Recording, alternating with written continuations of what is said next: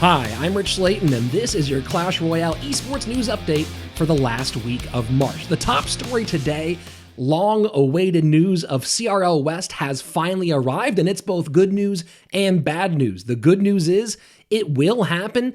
The bad news, according to the blog post, is it will be slightly postponed to the middle of May. It will be a slightly shortened season, only 5 to 7 weeks, and will, of course, take place online only. But those are all small sacrifices, given the fact that we still get to have the Clash Royale League season. And we already know that Supercell is great at producing online-only offerings, going all the way back to CCGS, not to mention their support for things like Super League Gaming's Pro v Pro series, No Tilt Worlds, and even community-organized tournaments hosted on individual channels. So whether it's in a studio or from someone's home office, it's going to be a great season.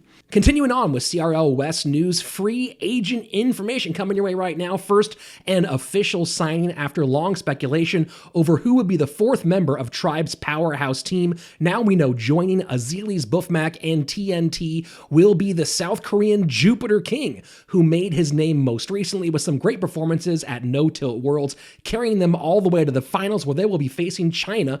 A very talented young player and teammate of TNT on that South Korean team looks to round out what is already a really great roster. While some free agent news is confirmed, we too also have our rumors, and with CRL moving online, some big questions arise about certain players who didn't have teams before, maybe because of inability to travel, and now might be on teams. So first up for our rumor mill, Saint Belican, who just said on Twitter that school is now done, so he's free to compete.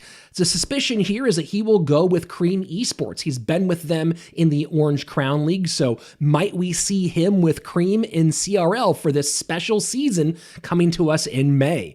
Also, potentially making an appearance for the same reason, Pedro. We did see, if you're paying attention on Twitter this weekend or in Discord, Team Liquid, their coach Eric, posting a roster for a 5v5 tournament, calling it Team Liquid, with Surgical Goblin Canario, Igor, Diego B, and ex-Pedro. Now the question is, will they want to add a fifth? Eric in the past has said they only want 4. Pedro will probably find some CRL team. The question is, will it be Liquid or will it not? Also, the question is, will Bag end up in Clash Royale League West? He had a number of offers, but his parents wouldn't let him travel. So there's the potential that maybe a team picks him up now as an extra King of the Hill or 1v1 player, since he can play remote. Some more concrete rumors. Surge TS, originally thought to be moving to Dignitas for this season, looks like he'll be returning back to his Brazilian team of Pain Gaming. He was with Pain in the CRL West spring season and then went to Liquid, now possibly returning to play with them once more for this 2020 spring split.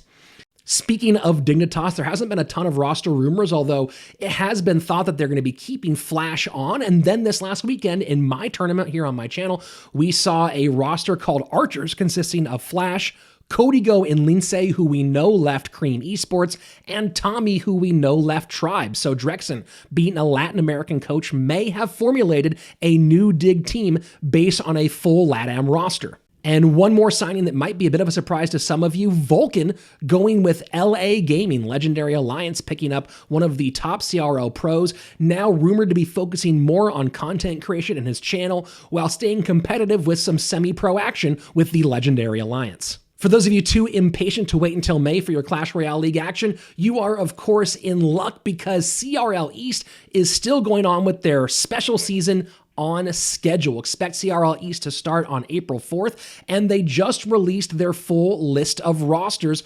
We will be doing a special show on this channel, a roster roundtable, breaking those down fairly soon, so make sure to look out for that. On to currently active competitive Clash Royale news, the Orange Crown League will be resuming action this Sunday, March 29th, after taking a week off to reconfigure how they both film and present their product. 3 weeks of competition remain, so they'll be kicking off on Sunday. And they have had their own roster shifts and a few big ones coming at you right now. First and foremost, a major signing, Royale, formerly of Immortals, the North American defending CRL champions, the final North American champions, Royale Royale going to Arctic Gaming, so he will be a huge addition to that Orange Crown League squad.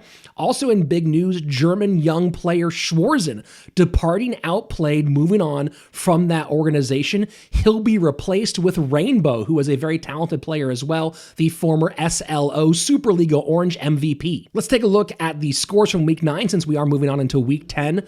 Zero Zone took down Outplayed with a 2-1 win, followed by the Titans, continuing their league dominance, taking Weigers out 2-1. Ramboot Club added to UCAM Esports woes with a 2-1 victory, and Arctic Gaming took down S2V also 2-1, the only sweep of the day in the final match. Clash with a Q, taking out Cream Esports 2-0. So what does that do for our overall standings? The Titans, as you can see, still at number 1 with 7 wins and just 2 losses. Clash close behind now at 6-3. 4 teams tied in that 3, 4, 5, 6 spot. Zero Zone, Ramboot, Cream, and Outplayed all at 5-4. The difference now, tiebreakers based on sets and game differentials.